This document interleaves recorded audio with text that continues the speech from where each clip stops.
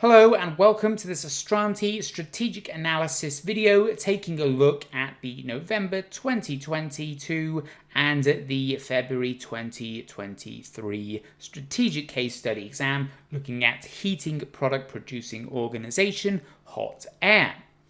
And before we begin looking at this strategic analysis, we're just going to take a very brief overview of the organization itself before we go on and analyze it. And we can see that it is the domestic heating products industry that's the focus for this case study.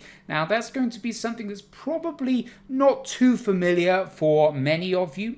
I'm sure you understand the general concept of it. I'm sure you've used central heating or a heat pump or something similar in your house, in your domestic property before, but do you really know the logistics behind the industry? What is the industry all about? What are the problems within the industry, etc.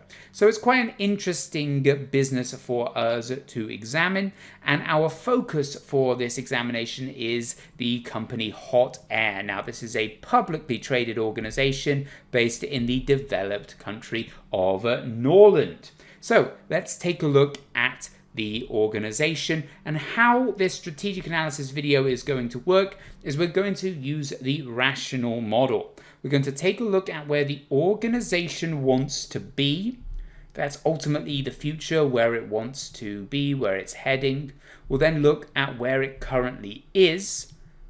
And then, of course, we'll look at the bridge in between, the strategy. The strategy is all about taking where we are now as an organization and getting ourselves to where we want to be in the future. And this features several different models throughout the strategic syllabus, the most important ones for the syllabus and for the strategic case study. So the future is going to look at the mission, the vision, the values of the organization, the balanced scorecard, so looking at analyzing its performance, how well is it doing towards actually meeting those objectives. We'll look at governance as well, how the organization is run, administered for all stakeholders, ethics and corporate social responsibility. Just as a note, that is going to be very, very important for this industry and for this organization, as it is for any organization in the strategic case study exam, as ethics is one of the big main topics for CIMA. We'll also look at the critical success factors, what makes Hottayr successful, and these are things that should never be outsourced, never should be compromised, etc. And finally, the stakeholders of the organization as well. And once we have finished with the future, we'll look at where the organization currently is, the business environment in which Hottayr finds itself, and we'll look at the greater external environment in a pastel analysis before looking at a more specific industry analysis with the Porter's 5 forces, and finally an appraisal of the organization itself using a SWOT analysis. And once we have identified where the organization is going and where it currently is, we'll then look at how we're going to get from position A to position B. And we'll do that by looking at various different models such as generic strategies and SOFS matrix, methods of growth, and then finally defining the business strategy and the strategies going forward. So quite a lot to get through in this video, but hopefully it's going to be really useful for giving you a bit more of an understanding of Hottayr and where it is, where it's going, and also how the various different models within the CIMA syllabus tie in with the case study. So with that in mind, let's start by looking at the mission. And the mission is essentially what the organization is about, what it stands for. It provides a common purpose for everyone involved with the organization. So think, for example, with Hottayr. Hottayr has almost 9,000 staff members. Now, if all those 9,000 staff members had completely different ideas about where the organization was going, what their role was, etc., they'd all be moving in the different directions and the organization wouldn't be moving anywhere. Think of, say, a centipede or a millipede that has 100 or 1,000 legs. Now, for the centipede to actually move in a direction, all 100 of those legs need to be moving in that same direction. If every single one is starting to go left or right, backwards, forwards, etc., the centipede would not be able to move. And so that's essentially the purpose of a mission, of a vision of an organization. It's something to set your strategies by for the organization as a whole to work towards. And a very common model used to assess the value of mission statements, of vision statements, etc., is Campbell's mission statement. And that splits the mission into 4 different categories: the purpose, the strategy, the values, and the principles of a mission. And the purpose is, why does the organization exist? Who does it exist for? And what does it hope to achieve in the long term? And that is essentially the guiding light. Why does this organization exist? What is its purpose? Then we have the strategy, which is how the organization is going to compete, the range of businesses it is operating within. And then the values, which is what it stands for. Is it for quality? Is it for value for money? Is it for innovation? Now, if we look at the mission statement of Hottayr, it is to establish itself as a trustworthy supplier of excellent heating products. So, what does that mean? Well, if we look at this list of purpose, strategy, values, etc., how is it going to compete? Well, it's going to compete with regards to heating products. That's the range of businesses that it is dealing with. Also, it wants to be trustworthy. So that's its value. It's to stand for trustworthiness. Now, what I would say, though, is I think that this mission statement is quite out of date. If we think about the fact that the organization has been around for 70 years, is one of the market leaders, and is well known for its high quality. So to establish itself as a trustworthy supplier, well, it's been around for 70 years. It's well established. It's one of the market leaders. It is renowned for its high quality, and the various different plumbers and building companies, etc., always recommend to the people that reside within the domestic properties, they always recommend Hottayr products, or often recommend Hottayr products. We're already quite established as a trustworthy supplier. So it seems like quite an out-of-date mission statement. So perhaps if you're speaking about mission statements in the exam, that you could recommend that they update it slightly to be something that is more relevant to the modern environment, particularly with regards to the advancement of heat pumps and the other environmental factors. Ironically, the vision statement is perhaps a bit more accurate with regards to its purpose at the moment. The vision of Hottayr is to lead the move towards a zero-carbon world. That's why it is existing. It is one of the market leaders in an industry that does a lot of damage to the environment with boilers and gases and the heat pumps and the F-gases that are in those, etc. So it is in a position where it can affect change. Whereas most individuals perhaps are not in positions where they can affect change. But given that it's one of the market leaders in industry that does a lot of damage to the environment, it is in a position to affect that change. So that perhaps would be something that it would need to make more of a big deal of in its mission statement. Perhaps to lead the world to zero carbon heating products, or to provide comfortable environments for everyone. And therefore, it's a bit broader, so it's not limiting itself to heating products, which can be a problem as well, particularly if the business wants to diversify. And it also has a much broader target to achieve, which is what a mission statement should be. It shouldn't be something that can be necessarily calculated as being achieved. A mission statement isn't to make profit of 100 million next year. That's not a mission statement. So that's what I would say with regards to their mission statement. It's not particularly a strong one. It's not really embracing what the organization is about. It's not providing that common purpose. And the final part of Campbell's is the policies. So that's how people will act within the organization. So look more to the values of Hottayr in this instance, to keep its promises. We always keep our promises. To ensure that we understand the needs of customers and responsive to those needs. So thinking about our 3 main customers, the major gas suppliers like Norland Gas, the major building companies, the wholesalers, what are the needs of those customers? What are the needs of the consumers as well? Making sure that they have safe, efficient, economical products. All of these are values. And these are targets. These are things that everyone who works for Hottayr should keep in mind. when you're producing a product. Is this going to be safe? Is it going to be efficient? Is it going to be economical to operate? Is it meeting the needs of our customers? These are things that should always be in the minds of anyone working within the organization, right from the bottom of the company up to the top of the company. And this also helps you to discuss and analyze options and strategies when you are answering questions in the exam. If you're being asked about a particular product that we might produce, is it going to be in keeping with the organization, with the purpose, the vision, the strategy, the values, all of these things? If it's going to be something that is poor quality, that's not going to help meet needs, the only reason we're doing it is because it makes money, is that really in keeping with our common purpose as an organization? So that's where you should use that particular page of the pre-scene when you're analyzing options.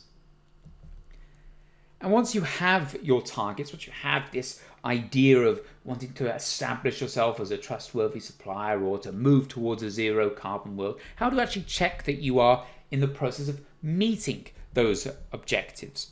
The balanced scorecard is a great way of doing this, and it's also very useful because it expands on the more traditional accounting of just looking at the financial terms and the financial perspective. Now, of course, that is a substantial part of the balanced scorecard, but it is not the only part. So let's take a look a bit more closely at that. Now, starting with the financial perspective, things like the profit of the organization, the cash flow status of the organization, the various different KPIs that you could use to achieve that, such as the working capital cycle. We know that the working capital cycle of Hottayr is pretty good. It's currently about 3.6 days. So that means they've got a decent amount of money coming into the organization to match the money leaving the organization. They're not left in the lurch and they don't have any money to pay bills a certain month. Also, the profit, of course, is important. The general profit of the organization, that's relevant to our shareholders. It's also relevant to us being able to reinvest money within the organization. The operating profit margin of the organization was 12.83% in the last year, which is reasonably good, but that was slightly down on the 13.02% in the previous year. And return on investment is another good one as well, particularly for any new products that are being produced, any new projects that are being undertaken to ensure that they are making money. Next is the learning perspective, otherwise known as the growth perspective. This is all about, are you achieving your aims as an innovative company that's trying to grow? Have you entered new markets? We know the company wants to enter new markets. It was specifically mentioned as an important mitigating step in exposing itself to issues with cash flow because of the fact that it's so dependent on the economy. Because they're very expensive, heat pumps, boilers. If there's lots of problems in the Norland economy and no one in Norland has any money, they're not going to be buying these expensive items. So you diversify into new markets. So if that's part of their growth strategy, we need to monitor that. Have they entered any new markets in the previous year? If they haven't, then we haven't been growing in that perspective. Have we produced new products? This can be new products altogether, such as going to air conditioning units or solar panels, or new updated versions of existing products as well. Have they produced any new innovations? Have we now created boilers and heat pumps that can be integrated with other products within a domestic household? Have we integrated them with smartphone technology? Have we implemented new technologies to help us to produce the heat pumps more quickly and more efficiently and to a higher level of quality? These are all growth perspectives. Then internal, more to do with your operations. Are employees being utilized effectively? Are they standing around doing nothing? Are staff happy? Are they satisfied? Are we keeping them? What's our staff turnover like? Are we keeping everything to budget? Are we producing everything to budget and our costs aren't spiraling out of control? And another important one here, particularly for this organization, particularly given the values, particularly given the critical success factors of the organization, a very important one here is quality control and making sure that we have a good process in place for assuring the quality of our products. And finally, the customers, looking at our safety record, the number of recurring customers, the number of new customers that we had this year, how satisfied they are. How satisfied are those key stakeholders, those key partners, the Northern Gas, for example, the major building development companies that are our key strategic partners? How satisfied are they with everything that's going on? Can we monitor that success through surveys, through meeting with them, through discussing them?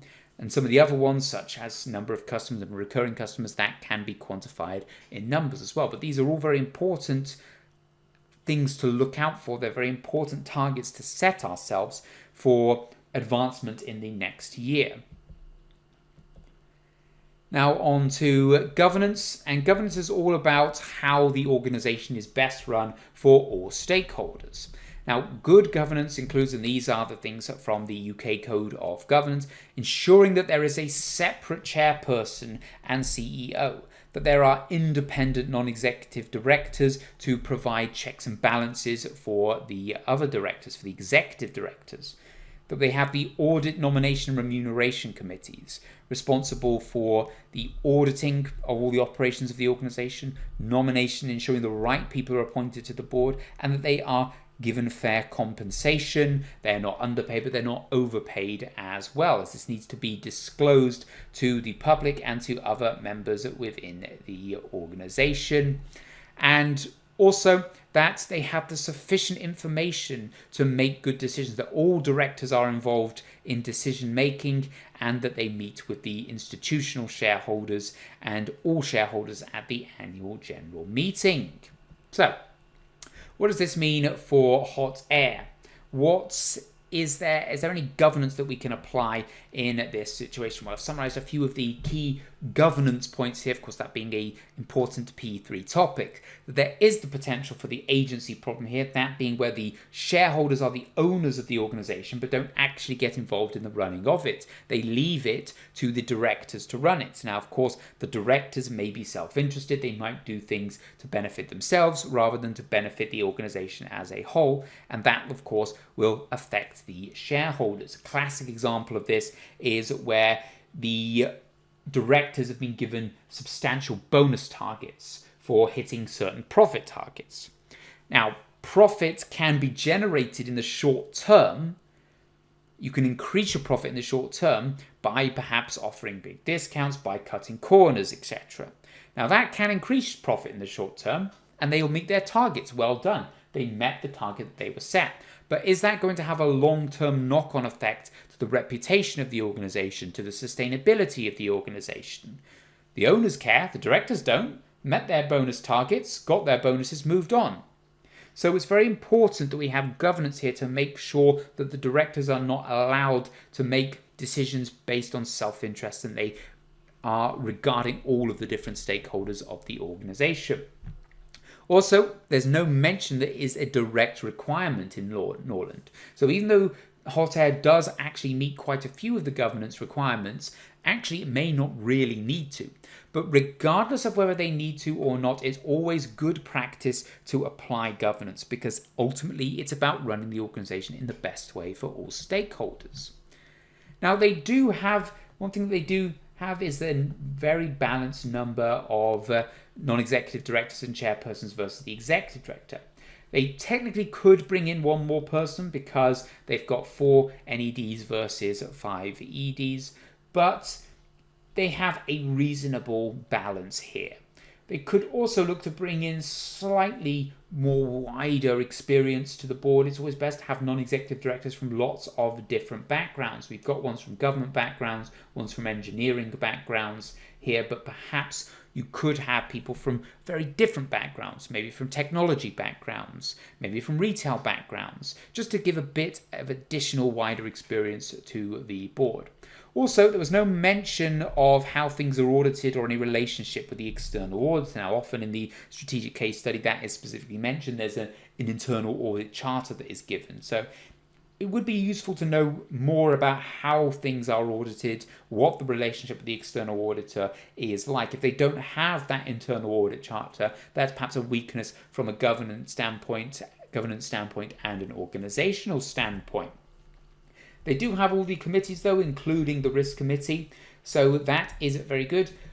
And the chair does sit on all those committees. Now, that is okay, but they cannot chair the committees. The chair can only sit on committees, they cannot chair them. And in an absolute ideal world, the chair wouldn't really be on the committees either. So again, by bringing in some additional NEDs to the organization, they could stop the need to have the chair sitting on all of the committees. And another couple of governance points to bring up here. There's some potential for conflict of interest with the various different directors. Some of them come from backgrounds with the government, etc. And therefore any government contracts, they need to excuse themselves from any discussions. Also, Bogdan, the Chief Operating Officer, comes from very much a boiler background. Now, we know from the pre-scene that the boiler market is going to decline rapidly and is going to be almost non-existent by the end of the decade. But if they've spent their entire career working in that part of the organization, are they going to be biased to it? Are they going to be ruthless enough to say, look, the boiler division, we need to take resource away from that and put it to the heat pumps? So that's an issue as well. And also the CEO, the Chief Executive Officer, Dr. Ava, has been on the board now for 10 years, and governance would suggest that there should be no more than 5 to 9 years is the limit where you start to think. In that 5 to 9 years is where you start to think, should this person be moved on? Not that they aren't doing a good job, we're not saying that at all. Of course, she's very experienced, she knows the company very well, knows the culture, is going to promote the heat pumps as well, because she was significant in the design, a significant part of designing those. But governance would say that once someone has been on a board for 5 to 9 years or more, that they start to lose focus of the bigger picture, because they've been very focused been set in their ways over that time. So it's something that we could potentially look to consider, and also look at designing a succession plan for the various different board members as well, because once the board member leaves, it can have a negative impact on the share price, but we can mitigate that by having someone ready to step in to replace them. That's one of the roles of the nomination committee. So thank you very much for watching this video. Hope you have enjoyed it, and more importantly, you have found it useful.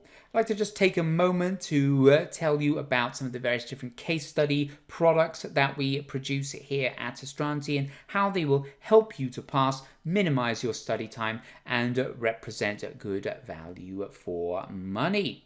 And all of these products are included on our case study course, but you can also purchase these products individually.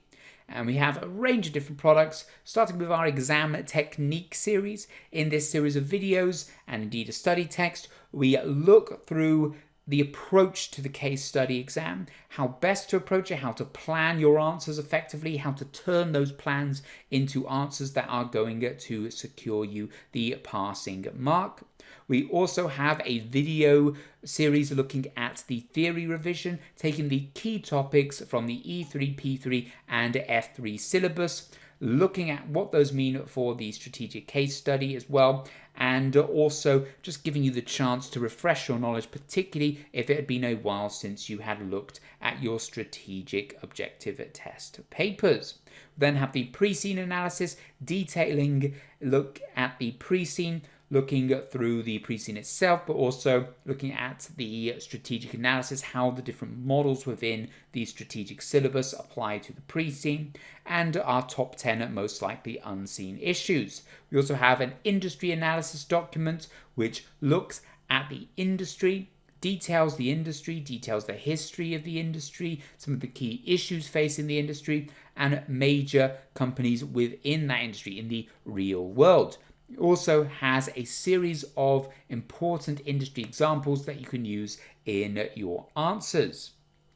We then have a series of mock exams that come with mock debrief videos, looking at how you would answer this particular exam if you wanted that as your feedback. But we do have a marking and feedback option as well, which allows you to get your script marked, your mock exam marked, by a trained marker that has experience marking both mock and real CIMA exams and providing a detailed feedback for you to improve and build upon your knowledge. We also have question packs that will give you lots of opportunity to write additional answers outside of the mock exams for very specific questions. So we've got lots of very, very specific broken down questions. If you are struggling with a particular topic, with a particular competence, etc., that you can answer specific questions based on those to really improve your knowledge. And it's also just additional question writing practice. And we also have a series of masterclasses as well. These are live events where you will learn more about planning your answers, more about how to approach the exam, and also there'll be lots of very important hints and revision tips and other tips that will help you to pass this exam. And if you are purchasing all of these on the course, we also can offer what we call a double guarantee, and that is a 14-day money-back guarantee. So if you purchase the course and you're not satisfied, you can claim a full refund within 14 days. And we also have our pass guarantee. And this is where, as long as you have demonstrated that you have fulfilled the course requirements, such as watching all the videos, submitting all your mock exams, attending the master classes, and if you still do not pass the exam, we will give you another course for free as part of our pass guarantee. So thanks for watching. If you do have any other questions about the Astranti case study courses, please feel free to contact us and we'll get back to you as soon as possible. And if you just have any general questions, then by all means email us and visit our website. So thank you for watching. I hope to see you on another video soon.